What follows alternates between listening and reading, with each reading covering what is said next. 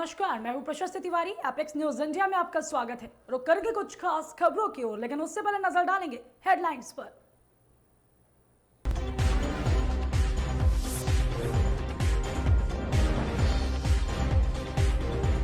छत्तीसगढ़ में पहले चरण का मतदान हुआ खत्म, 10 सीटों पर हुई आज वोटिंग।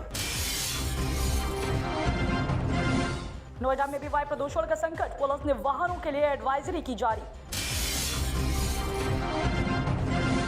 संयुक्त राष्ट्र प्रमुख का बयान आया सामने, बच्चों के लिए कब्रिस्तान बन रहा है गाजा। नोएडा पुलिस ने अलविश यादव को भेजा नोटिस, पूछताछ के लिए उन्हें बुलाया गया। दिल्ली एनसीआर में प्रदूषण से मिल सकती है राहत, हवा की गति में आएगी तेजी।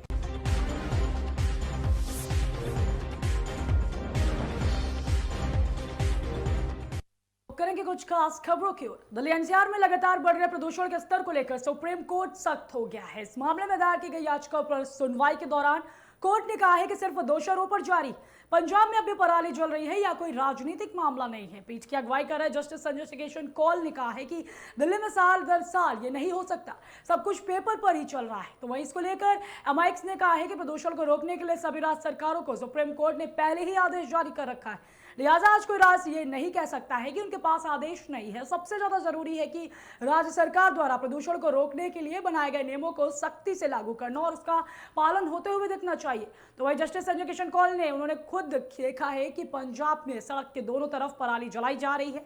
सुप्रीम कोर्ट एमआईएक्स वकील अपराजिता सिंह ने कहा है कि सीएक्यूएम कह रहा था कि वह जनवरी से पराली को लेकर निगरानी कर रहा है, पराली ना जलाई जाए। सुप्रीम कोर्ट ने पंजाब सरकार को फटकार लगाते हुए कहा कि राजनीतिक लड़ाई का मैदान नहीं। दरअसल पंजाब सरकार के वकील ने कहा था कि पंजाब में 40% पराली जलाने की घटनाओं में कमी आई। कोर्ट की फटकार के बाद पंजाब सरकार ने कहा कि हम इस बात में कदम उठा रहे हैं। जस्टिस संजय किशन कौल और जस्टिस सुधांशु धूलिया के बेंच के समक्ष वकील अपराजिता सिंह ने कहा है कि प्रदूषण से निपटने के लिए आईआईटी द्वारा किए गए सुझाव को व्यापक तरीके से लागू किए जाने की जरूरत है। सुप्रीम कोर्ट ने पंजाब से दो टूक कहा कि पराली जलाने की घटना बंद हो। जस्टिस कौल ने कहा है कि प्रदूषण रोकने के अपने आप में सरकारें सख्त कदम उठाएं तो बेहतर है, वरना हमने अपना बुलडोजर शुरू किया तो फिर हम नहीं रुकेंगे। जस्टिस कौल ने कहा है कि अगर मैं बुलडोजर चलाऊंगा तो अगले 15 दिनों तक ही रुकूंगा। हम चाहते हैं कि दिवाली की छुट्टियों से पहले सभी पक्ष मिलकर एक बैठक करें और हम इस समस्या का तत्काल समाधान चाहते हैं। यहां तक कि दिल्ली में बसों के जरिए होने वाले प्रदूषण का प्रतिशत भी बहुत बढ़ चुका है।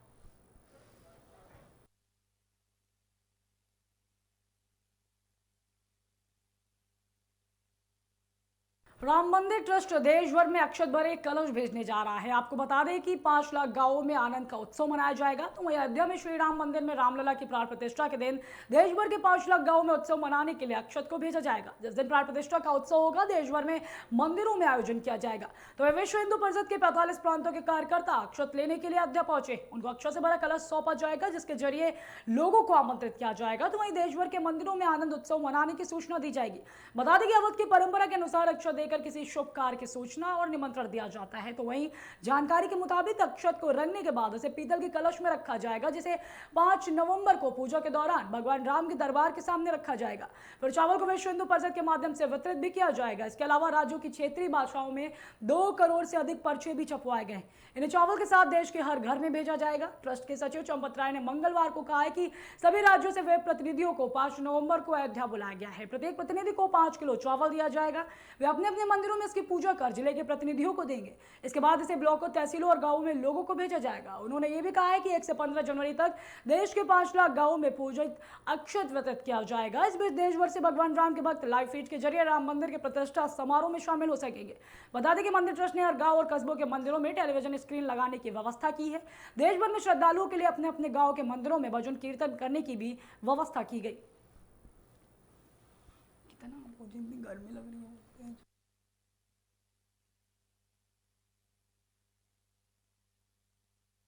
छत्तीसगढ़ सीएम भूपेश बघेल ने मंगलवार को पत्रकारों से बातचीत में भतीजे बघेल को लेकर टिप्पणी की। उन्होंने कहा कि रिश्ते में तो हम बाप लगते हैं। असल में सीएम से पूछा गया था कि काका भतीजा में कौन भारी, तो सीएम बघेल ने हंसते हुए यह जवाब दिया कि रिश्ते में हम बाप लगते हैं। बता दें कि छत्तीसगढ़ दुर्ग जिले के 5वीं सीट से बीजेपी ने विजय बघेल को उम्मीदवार बनाया। ओबीसी बहुल सीट 5वें राज्य के मुख्यमंत्री भूपेश बघेल का गढ़ रही है। विजय बघेल भूपेश बघेल के भतीजे हैं, यानी इस सीट पर चुनाव दिलचस्प हो गया और चाचा भतीजे के बीच चुनावी लड़ाई देखने को मिल रही। विजय वर्तमान में बीजेपी से सांसद हैं।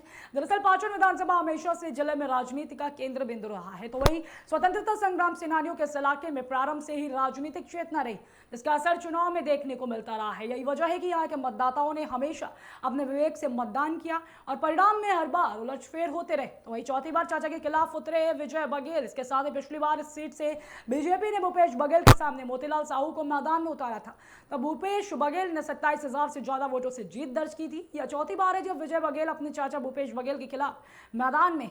बता दें कि विजय सबसे पहले 2003 में एनसीपी के टिकट पर पाचन सीट से भूपेश बघेल से सामने चुनाव लड़े थे, तब वह हार गए थे। तो वही 2008 में विजय बघेल ने भूपेश बघेल को 7500 वोटों से हराया था। तो इसके बाद चाचा भतीजे 2013 में भी आमने सामने थे, लेकिन भतीजों को हार का सामना करना पड़ा था। बताते चले कि छत्तीसगढ़ में विधानसभा चुनाव के लिए मतदान शुरू हो चुका है।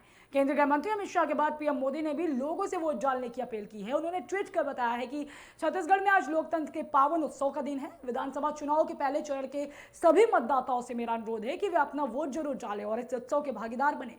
इस अवसर पर पहली बार वोट डालने वाले राज्य के सभी युवा साथियों को उन्होंने बधाई भी दी।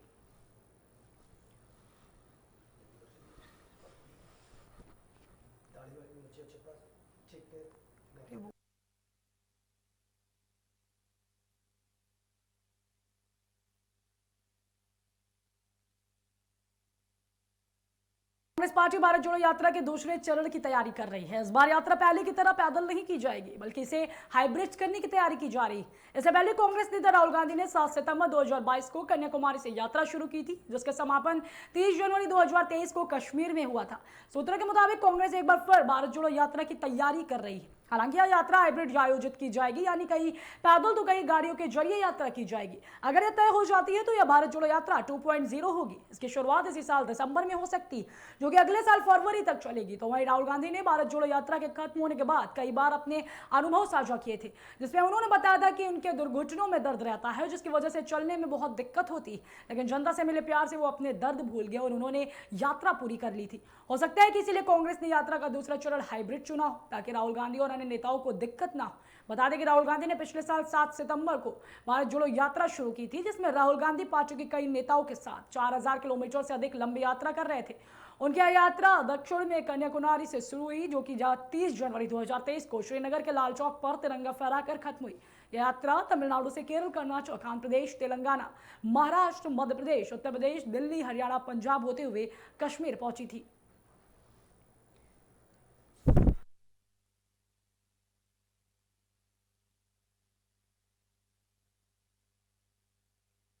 जीवन के नियमों को लेकर दिल्ली सरकार मंगलवार की बैठक में कोई फैसला नहीं ले सकी है। पर्यावरण मंत्री गोपाल राय की अध्यक्षता में बैठक हुई। उसके बाद सरकार ने कहा कि सुप्रीम कोर्ट ने और जीवन को लेकर टिप्पणियां की।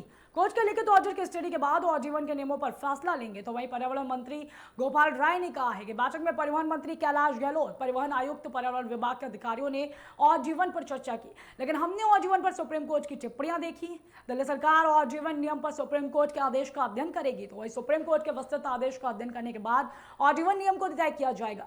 गोपाल राय ने आगे कहा कि दिल्ली सरकार सुप्रीम कोर्ट की टिप्पणियों का पालन करेगी। उन्होंने कहा कि हमारी पंजाब सरकार भी टिप्पणियों का पालन कर रही है। साथ ही उन्होंने कहा कि हमें उम्मीद है कि अन्य राज्य भी सिफारिशों का पालन करेंगे। गोपाल राय कहते हुए यह भी बोले कि अभी कृत्रिम वर्षा पर प्रस्ताव आया नहीं है और स्मॉग टावर को लेकर भी राय ने कहा है कि हम सुप्रीम कोर्ट के आदेशों का अध्ययन करेंगे और उसका पालन करेंगे।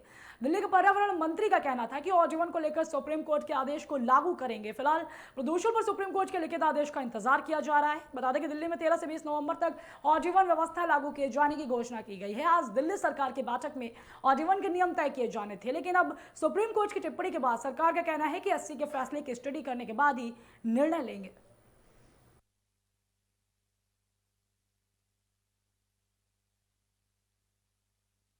ने सभी महिला सैन्य कर्मियों को समान रूप से मैटरनिटी, चाइल्ड केयर और अडॉप्शन लीव देने संबंधी प्रस्ताव को मंजूरी दे दी। तो वहीं रक्षा मंत्री ने रविवार को ये बताया था कि यह निर्णय सशस्त्र बलों में हर रैंक की महिलाओं को समावेशी भागीदारी सुनिश्चित करने के लिए संयुक्त दृष्टिकोण के मंत्रालय ने कहा है कि कदम में सेना में महिलाओं को अपने पेशेवर व पारिवारिक जीवन को बेहतर तरीके से संतुलित करने में मदद मिलेगी। ऐसे कामकाजी स्थिति में सुधार होगा। तो मंत्रालय ने कहा है कि रक्षा मंत्री राजनाथ सिंह ने सशस्त्र बलों में महिला सैनिकों, सेलर्स और एयर वॉरियर्स के लिए उनकी समकक्ष अधिकारियों के बराबर मैटरनिटी, चाइल्ड केयर और एडॉप्शन लीव देने संबंधी नियमों को लागू करने से जुड़े प्रस्ताव को मंजूरी दे दी। मंत्रालय ने कहा है कि नियमों के जारी हो जाने से सेना में सभी महिलाओं को समान रूप से छुट्टियां मिलेंगी, भले ही वे कोई अधिकारी हो या किसी अन्य रैंक पर कार्यरत हो। अधिकारियों ने बताया है कि इस समय महिला अधिकारियों को हर बच्चे के लिए 180 दिन का मैटरनिटी लीव मिलता है। यह नियम अधिकतम 2 बच्चों पर लागू होता है। उन्होंने बताया कि महिला अधिकारियों को संपूर्ण सेवा कार्यालय में 360 दिन का चाइल्ड केयर लीव मिलता है। इसके लिए बच्चे की आयु 18 वर्ष से कम होनी चाहिए। इसके साथ उन्होंने बताया कि 1 वर्ष से कम उम्र के बच्चों को गोद लेने की वाक तिथि के बाद 180 दिनों की अडॉप्शन लीव दी जाती है। मंत्रालय में यह बयान दिया गया कि अवकाश संबंधी नियमों के विस्तार से सशस्त्र बलों में महिला विशिष्ट पारिवारिक और सामाजिक समस्याओं से निपटने में काफी मदद मिलेगी।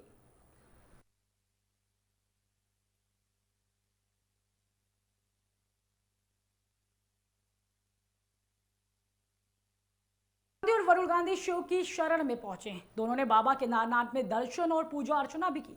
हालांकि दोनों की कोई मुलाकात नहीं हुई। दरअसल केरल के वायनाड से कांग्रेस सांसद राहुल गांधी उत्तराखंड दौरे पर हैं। वे रविवार को केदारनाथ पहुंचे थे। वो यहां 2 दिन ठहरे। तो वहीं वरुण ने बताया, के साथ ही बताया जा रहा है कि जो वरुण गांधी है, राहुल गांधी मंगलवार को केदारनाथ से रवाना हुए। इससे पहले राहुल ने सोमवार को केदारनाथ में पूजा अर्चना की थी। उन्होंने यहाँ रुद्राभिषेक भी किया। इसके बाद वे मंगलवार को दिल्ली के लिए रवाना हुए। तो वही पीलीभीत से बीजेपी सांसद वरुण गांधी मंगलवार को राहुल के रवाना होने की थोड़ी देर बाद अपनी पत्नी और बच्ची यानी कि परिवार के साथ केदारनाथ पहुंचे। कांग्रेस नेता राहुल गांधी ने केदारनाथ में सोमवार को बंजारे में भक्तों को प्रसाद भी परोसा। उन्होंने सोमवार सुबह केदारनाथ मंदिर के पास आदि शंकराचार्य की प्रतिमा के दर्शन किए और वहां पूजा अर्चना की। कांग्रेस की ओर से मंदिर के पास एक भंडारे का भी आयोजन किया गया। यहाँ राहुल ने भक्तों और साधुओं को प्रसाद दिया और उनसे आशीर्वाद लिया। इसके साथ ही गांधी भी मंगलवार को अपने परिवार के साथ केदारनाथ धाम पहुंचे। इस दौरान युवा भक्त राहुल के साथ सेल्फी भी लेते नजर आए। तीर्थ पुरोहित आचार्य संतोष त्रिवेदी ने बताया है कि बंजारे में लगभग 1500 भक्त शामिल हुए।